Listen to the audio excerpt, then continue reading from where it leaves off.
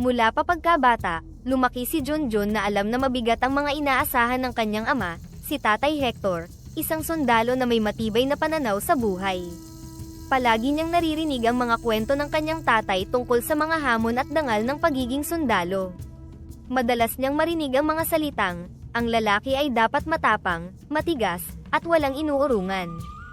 Ikaw Junjun, bilang aking junior, ikaw ang magpapatuloy ng aking pangalan. Sa tuwing sinasabi iyon ni Tatay Hector, nakakaramdam si Junjun ng bigat sa dibdib. Alam niya sa sarili niya na hindi niya kayang sundin ang mga yapak ng kanyang ama. Mabait at masipag na bata, mas pinipili niyang tumulong sa bahay, maglaba, maglinis ng mga pinggan, at magigib ng tubig, mga bagay na mas nagbibigay sa kanya ng kasiyahan. Mas gusto niya ang mga tahimik na sandali kung saan kasama niya ang kanyang dalawang kapatid, na sina Netnet at Ana, naglalaro ng Chinese garter o minsan, nagpapanggap ng mga sirena sa dagat, habang ginagamit ang kanilang mga kumot bilang mga buntot. Isang hapon, habang naglalaro sila ng bahay-bahayan, ginaya ni Junjun ang boses ng isang ina, hinihimas ang anak niyang manika, nang biglang bumukas ang pinto. Sumabog ang galit ni Tatay Hector nang makita silang magkakapatid. Ano na naman ito Junjun? Bakla ka ba talaga? Sigaw ni Tatay Hector, habang tinutok ang tingin kay Junjun, ang mukha'y pulang-pula sa galit. Agad na bumalikwas si Junjun, nanginginig sa takot, hindi makatingin ng diretso sa kanyang ama. Tay, naglalaro lang po kami. Maglaro ng ganyan. Bakla ka. Hindi lalaki ang gumagawa ng ganyan. Hinugot ni Tatay Hector ang sinturon sa kanyang baywang at pinalo ng malalakas ang iba't ibang parte ng katawan ni Junjun. Masakit po, Tay. Tama na po, sigaw ni Junjun habang pilit niyang hinaharangan ang kanyang likuran gamit ang mga kamay, ngunit walang awang tumatama ang sinturon sa kanya. Si Netnet at Ana ay nakatitig lang sa gilid, nanginginig din sa takot. Tama na Tay. Tama na po, iyak nila habang pilit nilang kinakalabit ang braso ng kanilang ama, pero tila walang naririnig si Tatay Hector. Nakatuon lang siya kay Junjun, puno ng galit. Pagod na ako sa iyo Junjun. Hindi ka lalaki kung ganyan ang ginagawa mo, galit na sigaw ni Tatay Hector, halos nanginginig ang kanyang katawan. Huminto lamang siya nang mapansin niyang hindi na tumutugon si Junjun, na nakahiga na sa sahig, umiiyak habang nakayakap sa kanyang mga tuhod. Nagmamadaling pumasok si Nanay Elsa mula sa kusina. Hector, tama na. Itinulak niya si Tatay Hector palayo kay Junjun. Ano ba Hector? Bata yan, anak mo yan. Huwag mo akong pakialaman Elsa. Tumalikod si Tatay Hector, hawak pa rin ang sinturon habang lumalabas ng bahay, galit na galit pa rin. Ang anak ko, sundalo dapat. Hindi bakla, bakit ba ganyan ang anak mong lalaki? Naiwang nakatingin si Nanay Elsa sa kanyang asawa habang ito'y naglalakad papalayo. Pagkatapos, dahan-dahan siyang lumapit kay Junjun, na patuloy na umiiyak sa sahig. Dinaluhan din siya ng kanyang mga kapatid na si Netnet at Ana, parehong may takot at lungkot sa kanilang mga mukha. Kuya, ayos ka lang ba? Tanong ni Netnet, nakaluhod sa tabi ni Junjun habang hinihimas ang kanyang likod. Si Ana naman, tahimik lang na nakayakap sa kanyang kuya. Mahal na mahal ko kayo, bulong ni Junjun, pilit na pinipigilang humagulgol. Nagpahid ng luha si Nanay Elsa habang nililingon ang dalawang anak niyang babae. Mga anak, tulungan natin si kuya nyo. Mabilis nilang tinulungan si Junjun papasok sa kanilang maliit na kwarto. Nang makarating na sila sa kwarto, inihiga siya ni Nanay Elsa sa kama at dahan-daang hinilot ang mga latay sa likod ni Junjun. Nay, sorry po, naglalaro lang po kami. Mahina at paos ang boses ni Junjun, puno ng pagsisisi sa sarili. Tama na anak, huwag kang humingi ng tawad. Umiling si Nanay Elsa, umiiyak na rin. Wala kang kasalanan Junjun. Hindi mo kailangan magbago dahil lang sa galit ng tatay mo. Tanggap kita anak, mahal na mahal kita. Niyakap ni Junjun ang kanyang ina, habang si Netnet at Ana ay sumama rin sa pagyakap. Isang tahimik na sandali ng pagmamahalan ang ipinaramdam nila sa isa't isa, kahit na alam nilang sa labas ng kanilang tahanan, iba ang hinihingi ng kanilang tatay, at ng mundo. Sa isip ni Junjun, naghalo ang takot at kalungkutan.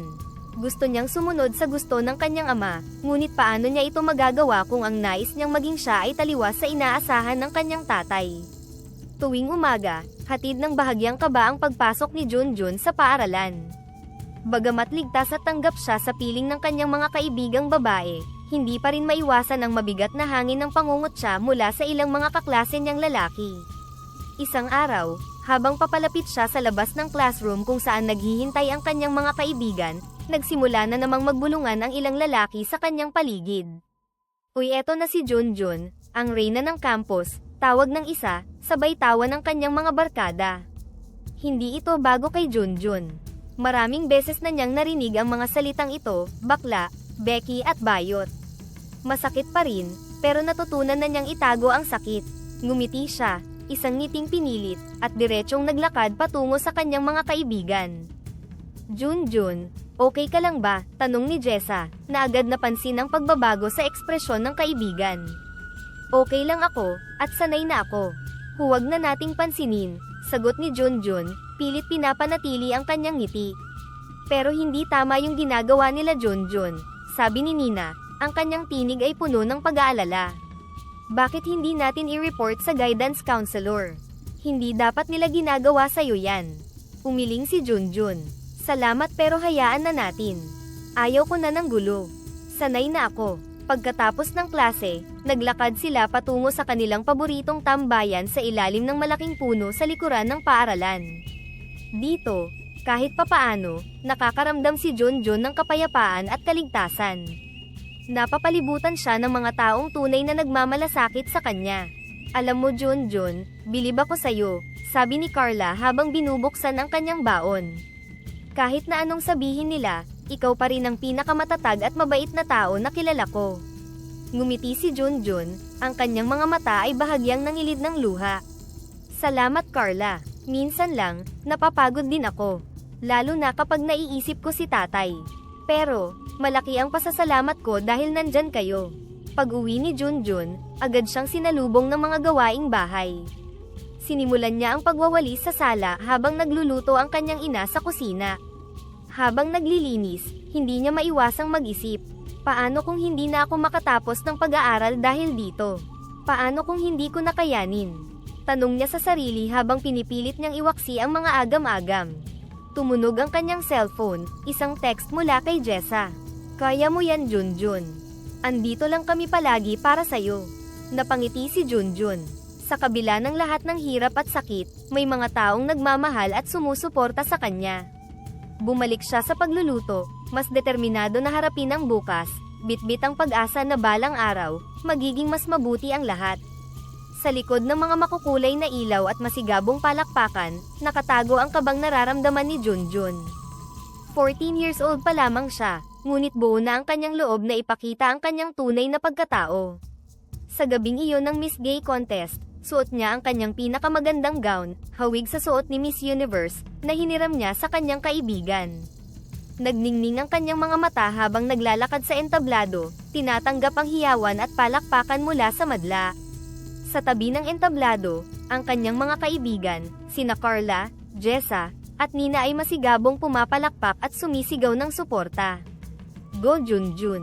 Ang ganda-ganda mo ngayon, sigaw ni Nina, habang kinukunan si Junjun ng video. Sa Q&A portion, nang tanungin si Junjun kung ano ang kanyang advokasya, buong tapang niyang sinagot, ang advokasya ko po ay ang pagtanggap at pagmamahal sa lahat ng tao, anuman ang kanilang kasarian. Lahat po tayo ay may karapatang maging masaya at mahalin bilang tao. Napahanga ni Junjun ang mga hurado at ang mga manonood sa kanyang talino at kumpiyansa. Ngunit sa hindi kalayuan, may mga matang galit na nakamasid sa kanya, ang kanyang tatay Hector. Hindi inaasahan ni Junjun na malalaman ito ng kanyang ama. Kasagsagan ng pagtatanghal nang biglang sumugod si tatay Hector sa entablado. Hinila niya si Junjun sa braso, walang pakialam sa mga taong nakatingin. Walang hiya ka Junjun. Umuwi ka, sigaw ni tatay Hector, habang pilit na hinahatak si Junjun palayo sa entablado.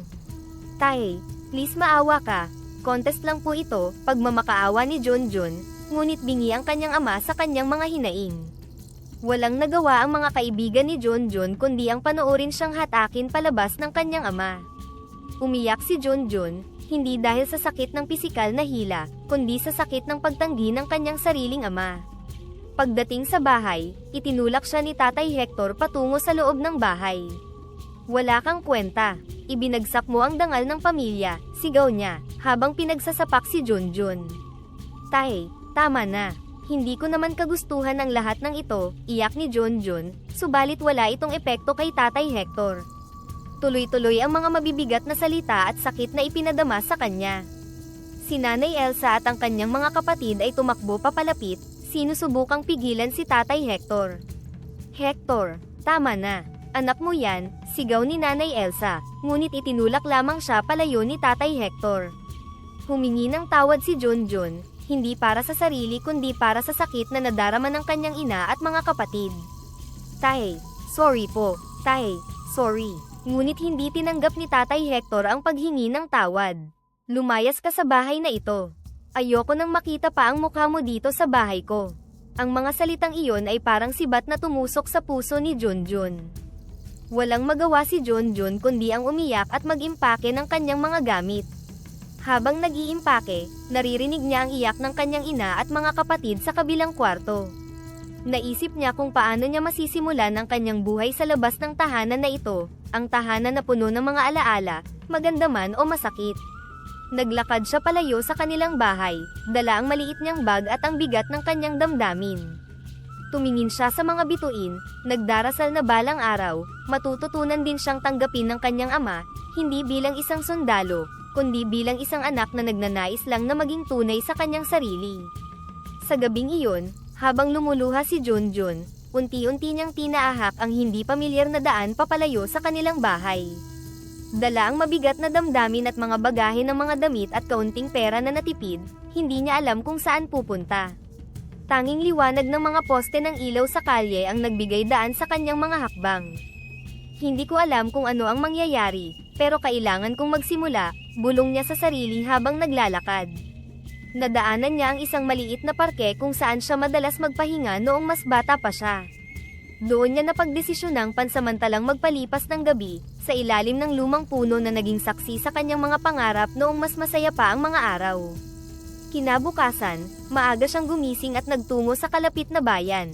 May naalala siyang salon na minsang sinabihan siyang may bakante kapag nais niyang mag-apply. Hindi man siya sigurado kung may pag-asa, lakas loob niyang nilapitan ang may-ari ng salon. Magandang umaga po, naghahanap po ba kayo ng hairdresser? Tanong ni Junjun, ang kanyang boses ay bahagyang nanginginig. Tiningnan siya ng may-ari, isang babae na nasa kanyang mga 40, at ngumiti. Oo, nagkataon naman at kailangan ko nga ng tulong. Marunong ka bang maggupit at mag-style? Opo, natuto po ako sa mga kaibigan ko, at madalas po akong tumulong sa pag-aayos ng buhok ng mga kapatid ko, sagot ni Junjun, umaasa. Sige, subukan natin. May dala ka bang gunting at iba pang gamit? Tanong ng may-ari. Wala po pero handa po akong matuto at bumili kapag nakapagsweldo na po ako, pagmamakaawa ni Junjun. Napansin ng may-ari ang determinasyon sa mga mata ni Junjun. Mukha kang mabait at matyaga. Sige, bibigyan kita ng pagkakataon. Lubos ang pasasalamat ni Junjun. Sa wakas, may magandang nangyari sa kabila ng lahat ng problema sa kanyang buhay. Mula sa araw na iyon, nagsimula siyang magtrabaho sa salon. Bagamat hindi madali ang mga unang araw dahil kailangan niyang matutunan ng iba't ibang estilo at teknik, masipag siyang nag-aral at nag-practice. Sa mga sandaling mag-isa siya, hindi maiwasan ni Junjun ang malungkot sa pag-iisip sa kanyang pamilya. Madalas siyang tumawag sa kanyang ina at mga kapatid, sinisigurado na sila ay ligtas at maayos. Kumusta na kayo dyan, Nay? Tanong ni Junjun sa isa sa kanilang pag-uusap sa telepono. Ito anak, nangungulila sa iyo. Palagi ka naming iniisip, sana ay ligtas ka dyan. Mahal na mahal ka namin, sagot ng kanyang ina, ang boses ay puno ng pag-aalala. Nay, huwag po kayong mag-alala sa akin. Maayos naman po ako dito. May trabaho na po ako, at natututo akong mag-ayos ng buhok. Dahan-dahan pero sigurado, paliwanag ni Junjun, pilit pinapanatili ang kanyang boses na masaya para hindi mag-alala ang kanyang ina. Mag-ingat ka palagi anak, at tandaan mo, kahit ano pa man ang nangyari, mahal ka namin at tanggap ka namin ng mga kapatid mo, patuloy ni Nanay Elsa. Sa bawat tawag na iyon, Kahit papaano, nakakaramdam si Junjun ng kaunting ginhawa. Kahit malayo siya, nadarama pa rin niya ang pagmamahal ng kanyang pamilya. Sa gabing mag-isa siya, pinanghahawakan niya ang pag-asang balang araw, maaari siyang bumalik hindi bilang isang pabigat kundi bilang isang tagumpay na maipagmamalaki ng kanyang ama. Sa ngayon, magpapatuloy siya sa pagsisikap, bitbit ang pangarap na maging mahusay na hairdresser, at muling maipagmalaki ang kanyang sarili sa mga taong mahal niya. Isang gabi, habang pauwi si Junjun mula sa kanyang trabaho sa salon, napadaan siya sa isang tahimik at madilim na eskinita. Nagulat siya nang makita ang isang maliit na nilalang na nakahandusay sa gilid ng kalsada, isang duwende, sugatan at tila nawalan ng lakas. "Naku po, anong nangyari sa'yo?" bulong ni Junjun habang maingat niyang dinadampot ang duwende. Halatang nanghihina ito at kailangan ng tulong. Agad niyang dinala ang duwende sa kanyang maliit na kwarto na kanyang tinutuluyan. Doon, inalagaan ni Junjun ang duwende, pinakain, binigyan ng inumin, nilinis at binendahan ang mga sugat nito gamit ang mga natutunan niyang pangunang lunas. Sa loob ng ilang araw, bumuti ang kalagayan ng duwende, at unti-unti itong nakabalik sa kanyang lakas. Isang gabi, nang tuluyan ng gumaling ang duwende, lumapit ito kay Junjun. "Salamat sa iyong kabutihan," wika ng duwende.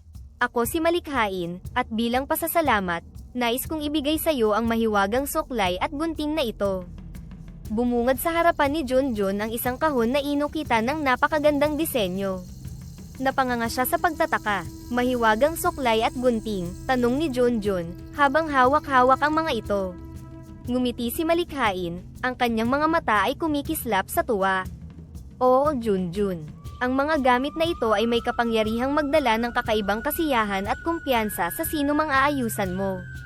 Hindi lang kagandahan ang iyong ipamimigay, kundi tiwala sa sarili. Gamitin mo ito ng tama, at makikita mong magbabago ang buhay ng mga tao na iyong maaayusan." Nagulat si Junjun sa sinabi ni Malikhain. "Hindi ko alam kung paano kita pasasalamatan, Malikhain. Pangako, gagamitin ko ito ng mabuti." Ngumiti si Malikhain. "Wala kang kailangang gawin kundi ang magpatuloy sa pagiging mabuti, Junjun. Ang iyong puso ang magpapaigting ng kapangyarihan ng mga gamit na ito." At sa isang iglap, naglaho si Malikhain, naiwan si Junjun na may hawak na mahiwagang suklay at gunting. Isang araw, habang abala siya sa pag-aayos ng buhok ng isang babaeng customer, kapansin-pansin ang pagbabago sa aura ng babae habang tinitingnan niya ang kanyang sarili sa salamin pagkatapos ng session. "Wow Junjun, iba talaga kapag ikaw ang nag-aayos ng buhok ko. Parang kasing ganda ko na si Pia Wurtzbach," sambit ng customer, ang mukha ay puno ng ngiti. "Ano bang sikreto mo? Kakaiba talaga ang glow ko ngayon." Napangiti si Junjun.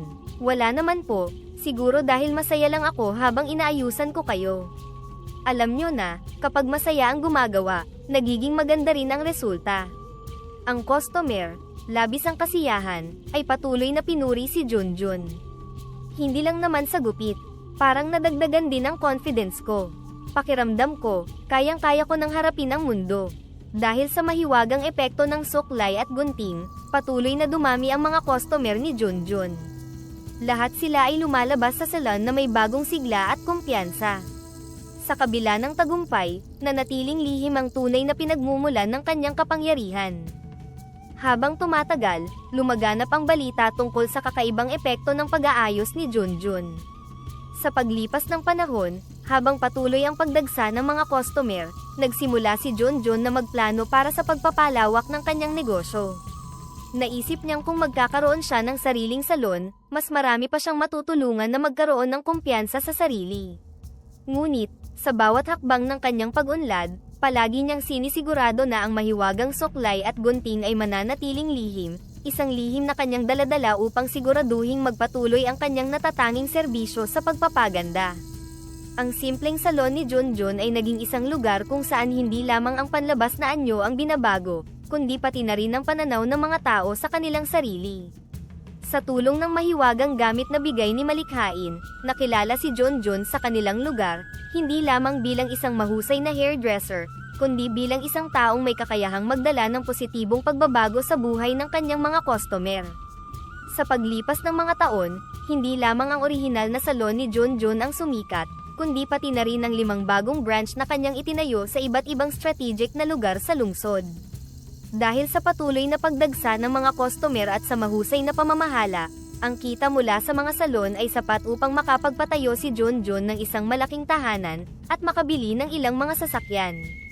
Isang araw, habang abala si Junjun sa pag-aayos ng buhok ng isa sa kanyang mga suki sa bagong bukas na branch, hindi niya maiwasang mapangiti sa komento ng kanyang kliyente. "Nax, hawig ko na ata si Marian Rivera sa ganda ng ayos mo Junjun," sabi ng babae, habang masayang pinagmamasdan ang kanyang refleksyon sa salamin. "Talaga lang ha, basta ikaw pa rin yan, gumanda ka lang lalo," tugon ni Junjun, habang patuloy sa pag-aayos. "Mahalaga na lumabas ang natural mong ganda." Ang komento ng babae ay isa lamang sa maraming positibong feedback na natatanggap ni Junjun araw-araw, mula sa mga customer na hindi lamang nasisiyahan sa kanilang hitsura, kundi pati na rin sa nadagdagan na kumpiyansa na kanilang nadarama, pagkatapos maayusan. Sa paglipas ng panahon, habang tumatagal siya sa industriya ng pag-aayos ng buhok, natutunan ni Junjun na ang kanyang propesyon ay higit pa sa pagbibigay ng estilo, itinataguyod din niya ang positibong pagbabago sa emosyonal na estado ng kanyang mga kliyente. Ang bawat gupit at estilo ay hindi lamang isang serbisyo, kundi isang paraan upang makapagbigay ng saya at kumpiyansa sa mga taong pumupunta sa kanyang salon. Sa kabila ng kanyang tagumpay, may mga pagkakataon pa rin na nararamdaman ni Junjun ang bigat ng hindi pagtanggap ng kanyang ama sa kanyang pagkatao. Ngunit, sa bawat pagkakataon na makita niya ang mga ngiti ng kanyang mga kliyente, at marinig ang kanilang mga papuri, napapalitan ito ng determinasyon na ipagpatuloy ang kanyang gawain. Nangako si Junjun sa sarili na patuloy na magbibigay ng kagandahan, at kumpiyansa sa abot ng kanyang makakaya, umaasa na balang araw ay makikita rin ng kanyang ama ang halaga ng kanyang piniling landas. Sa kabila ng hindi pagtanggap ni Tatay Hector, patuloy ang lihim na pagbisita ni Nanay Elsa, at ng mga kapatid ni Junjun na sina Netnet at Ana sa kanyang salon. Mahal nila si Junjun, at hindi nila matiis na hindi makita at suportahan ang kanilang kapatid na matagumpay na nagpapatakbo ng kanyang mga negosyo. Isang hapon, habang tahimik ang paligid ng salon, dumating sina Nanay Elsa, Netnet, at Ana sa salon ni Junjun. Sa pagpasok pa lamang nila, agad silang sinalubong ni Junjun ng may malaking ngiti. "Nanay, Netnet, Ana, kamusta kayo?" bati ni Junjun, habang isa-isang niyayakap ang kanyang pamilya. "Mabuti naman kami, anak. Naparito kami para magpaganda at syempre, para makita ka rin," sagot ni Nanay Elsa. Ang mga mata ay nagniningning sa tuwa ngunit may bahid ng lungkot. Habang inaayos ni Junjun ang buhok ni Netnet, nagkwentuhan sila tungkol sa kanilang mga buhay. "Kuya, grabe, proud na proud kami sa'yo. Alam mo ba kahit hindi pa rin buo ang suporta ni tatay, kami naman, laging nandito para sa'yo," sabi ni Netnet, ang tono ay puno ng pagmamalaki. "Alam ko Netnet, at sobrang nagpapasalamat ako sa inyo," tugon ni Junjun habang masigasig na inaayos ang buhok ng kanyang kapatid. Si Ana naman, na nakatapos na sa kanyang hair treatment, ay nagsalita rin, "Kuya, salamat ha. Lagi kang andyan para sa amin, hindi mo kami pinapabayaan." Pagkatapos ng kanilang hair session, lumabas sila para kumain sa isang maliit na cafe na malapit lang. Doon, binigyan ni Junjun ang kanyang mga kapatid ng dagdag na allowance. "Para ito sa inyong mga pangangailangan sa school at para makatulong na rin kay nanay sa bahay," aniya, inaabot ang envelope sa kanila. "Salamat kuya, huwag kang mag-alala, hindi namin ito sasabihin kay tatay," sabi ni Ana, na nagpapasalamat sa kabaitan ni Junjun. Bago sila tuluyang umalis, hinawakan ni Nanay Elsa ang mga kamay ni Junjun. "Anak, huwag mong isipin ang mga sinasabi ng iyong tatay. Mahal ka namin at ipinagmamalaki ka namin, lalo na ako. Basta't tandaan mo, dito lang kami palagi para sa'yo." Nagpaalam ang mag-iina na may ngiti sa kanilang mga labi, ngunit may kirot din sa kanilang mga puso dahil sa patuloy nilang lihim na pagtatagpo. Ngunit para kay Junjun, sapat na ang maikling sandali ng kaligayahan kasama ang kanyang pamilya, isang lihim na sandali na puno ng pagmamahal at suporta. Isang umaga, habang naghahanda para sa isa na namang abalang araw sa salon, nakatanggap si Manny ng tawag mula kay Netnet, ang kanyang kapatid, na humahagulgol sa telepono. "Kuya, si nanay," "Wala na si nanay," iyak ni Netnet, Ang kanyang boses ay halos hindi maintindihan sa sobrang lungkot. Napahinto si Manny, ang cellphone ay muntik nang malaglag mula sa kanyang kamay. Ano? Paano? Kailan? Ang mga salitang ito lang ang kanyang nasambit bago siya tuluyang napaiyak. Kaninang umaga kuya, inatake sa puso, biglaan lang, sagot ni Netnet, patuloy ang paghikbi. Pumunta si Junjun sa bahay ng kanyang mga magulang, dahan-dahan siyang pumasok, umaasang maaari niyang ilabas ang kanyang damdamin at magbigay ng huling paggalang sa kanyang ina. Ngunit hindi pa man siya nakakalapit sa kinaroroonan ng kanyang ina, sinalubong siya ni Tatay Hector sa pintuan. Ang mukha ng kanyang ama ay bakas ang galit at dismaya. Hindi ka dapat nandito, bungad agad ni Tatay Hector, ang boses ay matigas at walang bakas ng pag-welcome. Tay, please, gusto ko lang makita si nanay sa huling pagkakataon. Hayaan niyo naman po akong magpaalam, pagmamakaawa ni Junjun, ang mga mata ay namumugto na sa luha. Hindi, wala kang karapatan dito pagkatapos ng lahat, sigaw ni Tatay Hector, itinutulak si Junjun palabas ng bahay. Umalis ka na, wala kang lugar dito. Sa kabila ng kanyang pagtutol, hindi sapat ang lakas ni Junjun upang labanan ang kanyang ama. Napilitan siyang lumabas ng bahay habang patuloy ang pag-agos ng kanyang mga luha. Nakaupo siya sa labas ng kanilang tahanan, umiiyak, habang pinoproseso ang sakit ng pagkawala ng kanyang ina at ang masakit na pagtanggi ng kanyang ama. Habang umiiyak, lumapit si Netnet at Ana, dala ang labis na pag-aalala sa kanilang mga mukha. Niyakap nila si Junjun, lahat sila'y umiiyak na magkakasama sa labas ng kanilang lumang bahay. Kuya, sorry, sinubukan namin siyang kausapin pero ayaw niyang makinig, sabi ni Netnet, hawak ang kamay ni Junjun. Alam ko.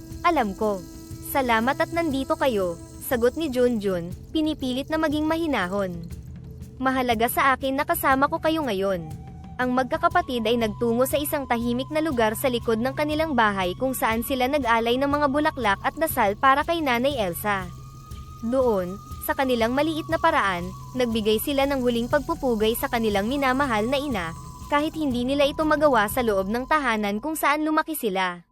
Sa gitna ng kanilang pagluluksa, pinangako nilang panatilihing mabubuhay ang alaala ni Nanay Elsa sa kanilang mga puso, anuman ang mangyari.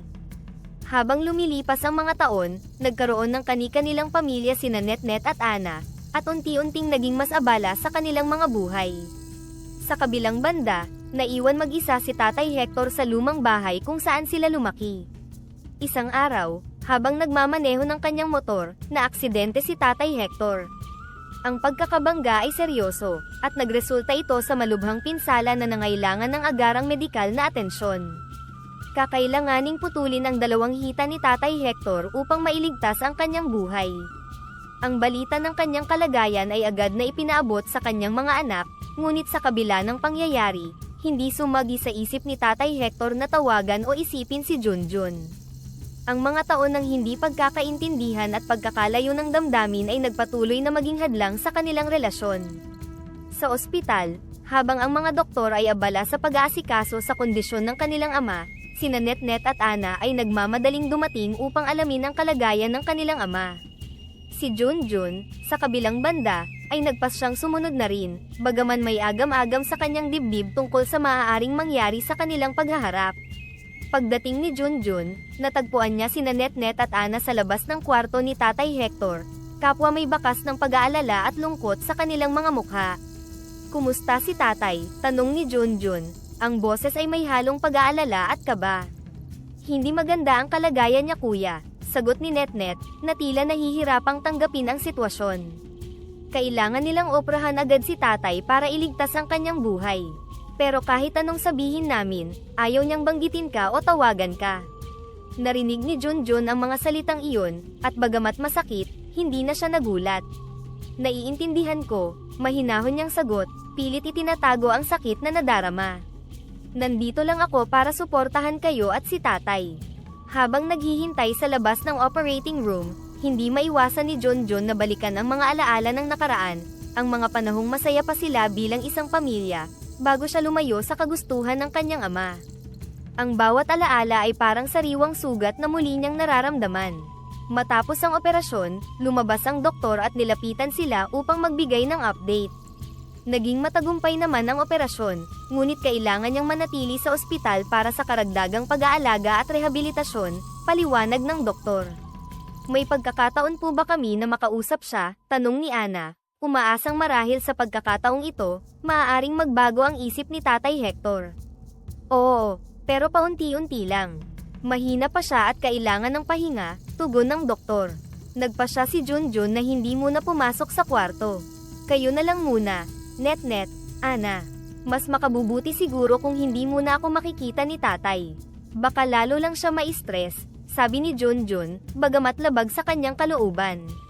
Nang mag-isa na lamang si Junjun, muli niyang pinagnilayan ang sitwasyon. Sa kabila ng pagtanggi ng kanyang ama, determinado siyang gawin ang lahat upang suportahan ang kanyang pamilya, kahit mula sa distansya. Ang pagmamahal niya para kay Tatay Hector ay nanatiling buo, umaasa na balang araw, maaari pa rin silang magkasundo at maibalik ang nawalang oras. Matapos ang matinding aksidente ni Tatay Hector at ang pagkakaputol ng kanyang mga paa, naging maselan ang kanyang kalagayan. Bago siya tuluyang makalabas ng ospital, nag-usap sina Net-Net, Ana, at Junjun tungkol sa magiging pag-aalaga sa kanilang ama. Sina Net-Net at Ana, na parehong may kani-kanilang pamilya at abala sa trabaho, ay aminadong hindi nila kayang gampanan ang buong responsibilidad ng pag-aalaga kay Tatay Hector. Kuya, mas mabuti siguro kung kumuha tayo ng caregiver para kay tatay, sabi ni Net-Net, ang kanyang mukha ay puno ng pag-aalala habang tinitingnan si Junjun. Tahimik lamang si Junjun, malalim ang iniisip. Tumango siya, ngunit alam na ng mga kapatid niya ang magiging sagot niya. Ayokong kumuha ng caregiver para kay tatay. Ako na ang mag-aalaga kay tatay, mariing sabi ni Junjun. Bahala na, hindi ko siya pababayaan. Pagkalabas ni Tatay Hector mula sa ospital, dinala siya ni Junjun sa malaki niyang bahay.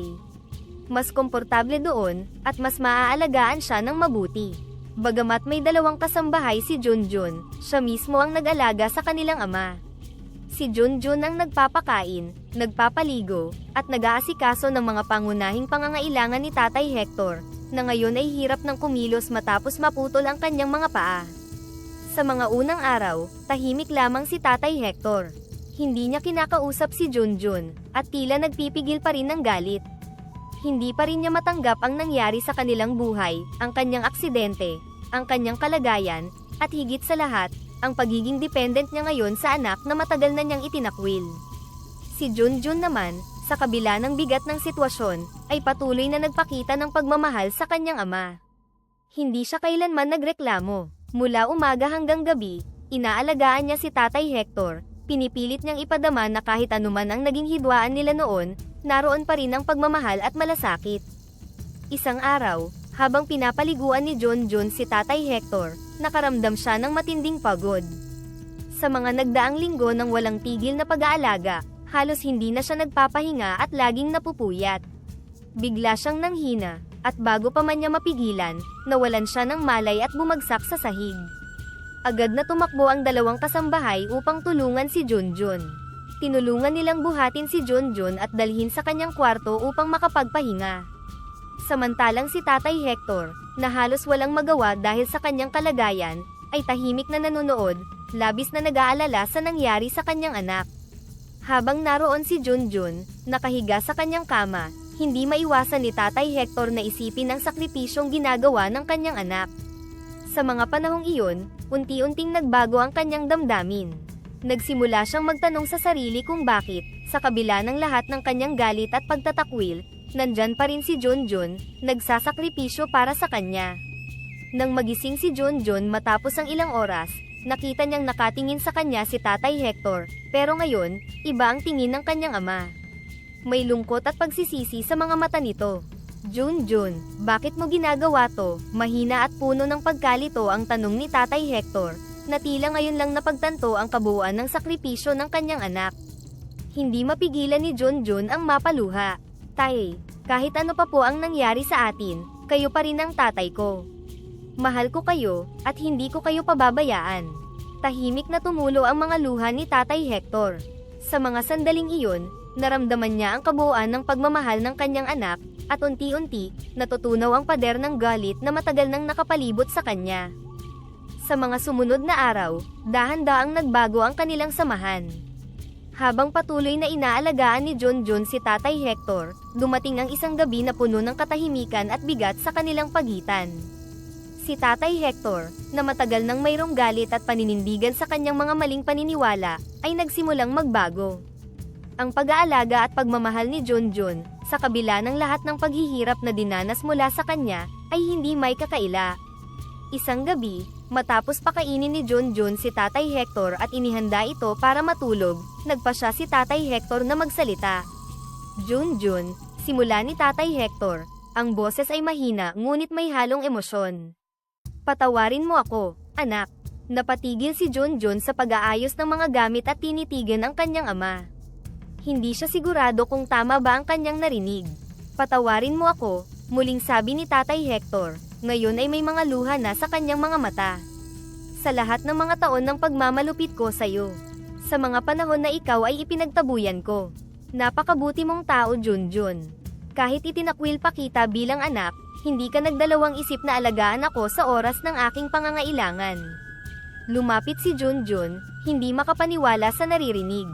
Ang kanyang ama, na matagal na niyang inasam na humingi ng tawad, ngayon ay narito at nakikipag-usap sa kanya ng may kababaang loob.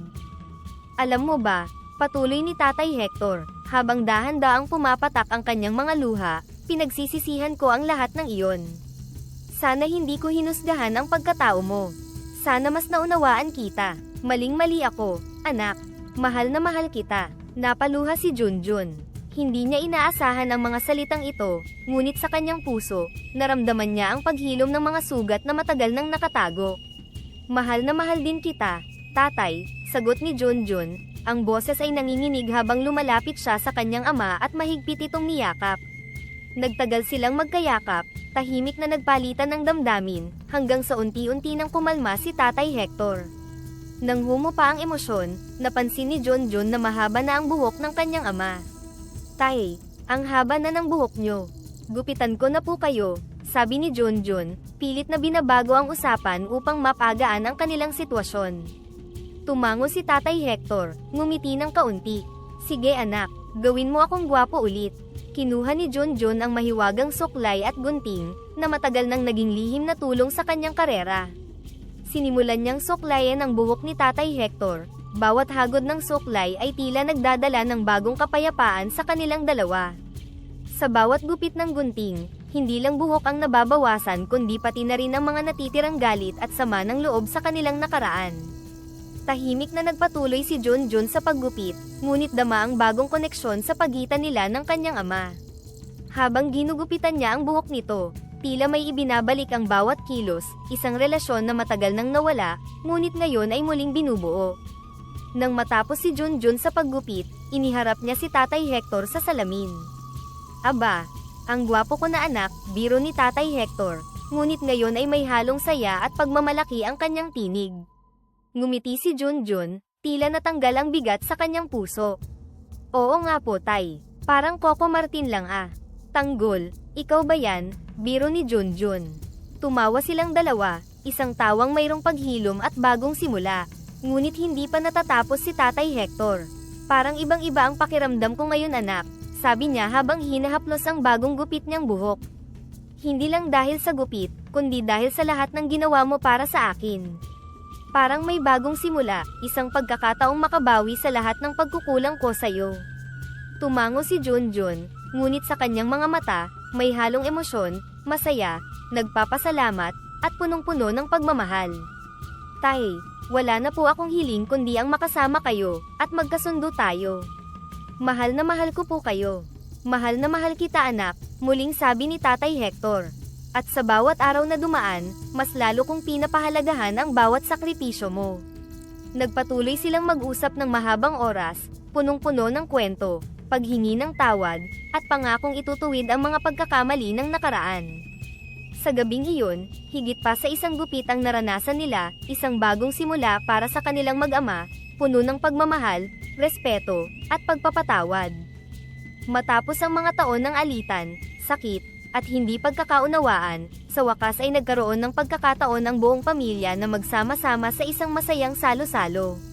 pinili ni Junjun na ipagdiwang ang muling pagbubuo ng kanilang pamilya sa isang mamahaling restaurant sa lungsod. Ang buong pamilya ay kumpleto, sina Netnet, Ana, at ang kanilang mga pamilya, at si Tatay Hector, na ngayon ay nakaupo sa kanyang wheelchair ngunit may ngiti sa kanyang mukha, isang bagay na bihirang makita sa mga nakaraang taon. Masaya ang usapan sa buong hapag, puno ng mga biro at alaala ng nakaraan. Si Netnet ang unang nagsalita habang hinihintay nila ang kanilang pagkain. Alam mo Kuya Junjun, hindi ko akalaing mangyayari pa ito, sabi ni Netnet, tinitingnan ng kanilang tatay na ngayon ay tila mas masaya. Parang isang panaginip lang ang makita kayong magkasundo ni tatay. Sumang-ayon si Ana, nakangiti habang hawak ang kamay ng asawa niya. Tama, ang dami nating pinagdaanan, pero sa huli, heto tayo ngayon, kumpleto. Natawa si Junjun, bahagyang nahihiya ngunit mayroong pasasalamat. Oo nga, parang hindi totoo. Pero salamat sa inyo, hindi ko ito magagawa ng mag-isa. At higit sa lahat, salamat din kay tatay. Tahimik na nakikinig si Tatay Hector habang iniinom ang kanyang tubig. Tumingin siya sa bawat isa sa kanyang mga anak, at napagtanto niya kung gaano siya pinalad na magbalik loob sa kanila. Junjun, basag ni Tatay Hector sa katahimikan, ako ang dapat magpasalamat. Hindi ko alam kung paano ako magiging masaya ngayon kung hindi dahil sa pagmamahal at pagpapatawad mo. Napatingin si Junjun sa kanyang ama, naramdaman ang bigat ng mga salita nito. Tay, walang dapat ipagsisi. Ang mahalaga po, nandito tayo ngayon, kumpleto at masaya. Mahal na mahal kita anak, sabi ni Tatay Hector habang pinipigilan ang mga luhang nagbabanta sa kanyang mga mata. At natutunan kong hindi dapat hinuhusgahan ang isang tao dahil lang sa kanyang pagkatao. Ipinakita mo sa akin na ang tunay na lakas ay nasa puso, hindi sa anyo o sa paniniwala. Tumango si Junjun, pilit na pinipigilan ang emosyon. Mahal na mahal ko rin po kayo tay. At wala na pong mas mahalaga kaysa makita ko na buo tayo bilang pamilya. Nagpatuloy ang kanilang tanghalian na puno ng saya at mga tawa. Hindi maipaliwanag ng lahat kung gaano kasarap ang pakiramdam ng pagiging isang pamilyang walang alitan, at para bang bumalik sila sa mga panahong bata pa sila, nang walang mga hidwaan at sakit. Matapos ang masayang salo-salo, nagpa siya ang pamilya na dumalaw sa puntod ni Nanay Elsa. Ang araw ay payapa, at ang malamig na hangin ay dumampi sa kanilang mga mukha, habang dahan-dahan silang naglalakad patungo sa puntod ng kanilang ina. Tahimik silang nagtipon sa paligid, nag-alay ng bulaklak at taimtim na nagdasal para kay Nanay Elsa. Habang si Junjun ay nakaupo sa tabi ng puntod, nagulat siya nang biglang dumapo ang isang malaki at napakagandang paru-paro sa kanyang kamay. Napatigil siya, at ang kanyang mga mata ay napuno ng emosyon. Nanay, bulong ni Junjun, tila nararamdaman ang presensya ng kanyang ina. Siguro, kasama natin si nanay ngayon, sabi ni Ana, ngumingiti habang pinagmamasdan ang paru-paro sa kamay ni Junjun. Ngunit sa hindi inaasahang pagkakataon, matapos manatili sa kamay ni Junjun, ang paru-paro ay dahan-daang lumipad papunta kay Tatay Hector at dumapo rin sa kanyang kamay. Natigilan si Tatay Hector, tila naguguluhan ngunit dama ang isang kakaibang damdamin. Baka gusto ring magpaalala ni nanay sayo, Tay, sabi ni Junjun, ang boses ay puno ng pagmamahal. Tahimik na tumingin si Tatay Hector sa paru-paro at hinawakan ito ng marahan. Siguro nga, sabi niya. Siguro gustong ipahiwatig ni Elsa na masaya siya, at natutunan ko nang tanggapin ang mga bagay na hindi ko kayang unawain noon. Ngumiti si Junjun at tahimik na pinagmamasdan ang kanyang ama. Tay, mahal na mahal ko po kayo. At alam kong masaya si nanay ngayon dahil nakita niyang buo na tayo. Mahal na mahal din kita, anak, sagot ni Tatay Hector, ang boses niya ay puno ng lungkot at saya. Salamat sa lahat ng ginawa mo para sa akin, at salamat sa pagpapatawad mo sa mga pagkakamali ko. Wala na po yun, Tay, sagot ni Junjun habang hawak-hawak ang kamay ng kanyang ama. Basta't buo na tayo ulit, yun lang po ang mahalaga. Nang bumalik ang kanilang tingin sa paru-paro, tila ito ay nagpaalam at dahan-daang lumipad paitaas. Pinalibutan nito ang kanilang pamilya bago tuluyang umakyat sa kalangitan, tila isang huling tanda ng pagmamahal at gabay mula kay Nanay Elsa. Tahimik na nagyakap ang buong pamilya habang ang malamig na hangin ay sumipol sa kanilang paligid, tila ipinapaabot ng kalikasan ang kapayapaan mula sa kanilang ina. Sa mga sandaling iyon, ramdam ni Junjun at ng kanyang pamilya ang tunay na pagkakabuo, hindi lamang sa pisikal na presensya, kundi sa puso at damdamin. Buo na tayo, Tay, sabi ni Junjun habang pinagmamasdan ang kalangitan. Buo na tayo, anak, sagot ni Tatay Hector, ngayon ay puno ng pagmamahal at pagtanggap. Sa ilalim ng maliwanag na araw at sa harap ng puntod ng kanilang ina, muling naging isa ang kanilang pamilya, puno ng pagtanggap, pagmamahal, at walang hanggang kapatawaran.